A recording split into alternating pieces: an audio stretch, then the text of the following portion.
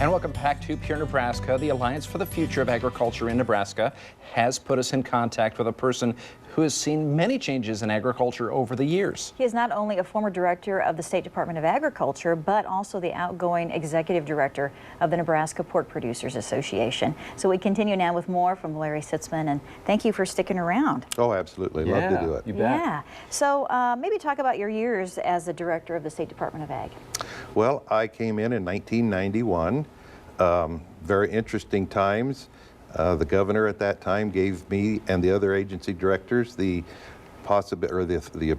recommendations to go through everything, make sure that things that aren't needed are taken off the books. If there are things that are needed, let's get some regulations and et cetera. We were able to establish the FIFRA program, the Federal Insecticide Act, where Nebraska was the last state. I found it interesting, the state senators, we had to set up a fund in case there were ever any disasters, and I told the committee that I would build it up to $2 million, and then I would ask to reduce the funding. And everybody hee-hawed, yeah, or sure. Well, I did. I cut the funding at that time, and I will tell you, if you want to check the records, when I was the Director of Agriculture, every year I returned leftover funds back to the state, even though people said, you won't get it back, Larry, but we always did. But times really have changed.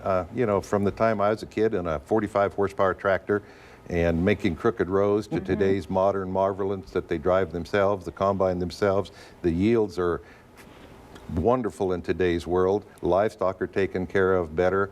It's just a totally different way. I used to run water down a furrow to irrigate corn. What a waste. And today it's so scientifically controlled, the right amounts at the right place to control our most precious asset in Nebraska, water. Yeah. And Larry, where are you from originally? I'm from Culbertson, Nebraska, in the southwest part of the state. Okay, a place we need to get to. We'll be heading that way, I think, but in the new year, hopefully. But I wanted to ask you, I know we were just talking about how you've been on some trade missions over the many years. What do you think, how important is that to continue opening up export markets for farmers in Nebraska? It's just unbelievably important. Vice versa, having them here. I'm going back to my office when this interview's done. There's a group of people here from China today that are going to tour some facilities as well as a packing plant and the feed mills to assure that we're doing the things the way they want their meat to come to China and so for their consumers. And it's very good that our people, our governor, our ag director are constantly going over there, reassuring them, showing the quality products that we have in this state, because we're not going to consume it all here in Nebraska, and we provide a tremendous amount of product to go overseas. And then Larry, how do we continue to get that positive message out there about agriculture? Well, that's part of why AFAN was formed. AFAN is the positive voice of agriculture. It's to let the world know and the people of the state know the importance of agriculture. We in agriculture kind of took it for granted for too many years that everybody understood and trusted what we were doing, and we lost their faith.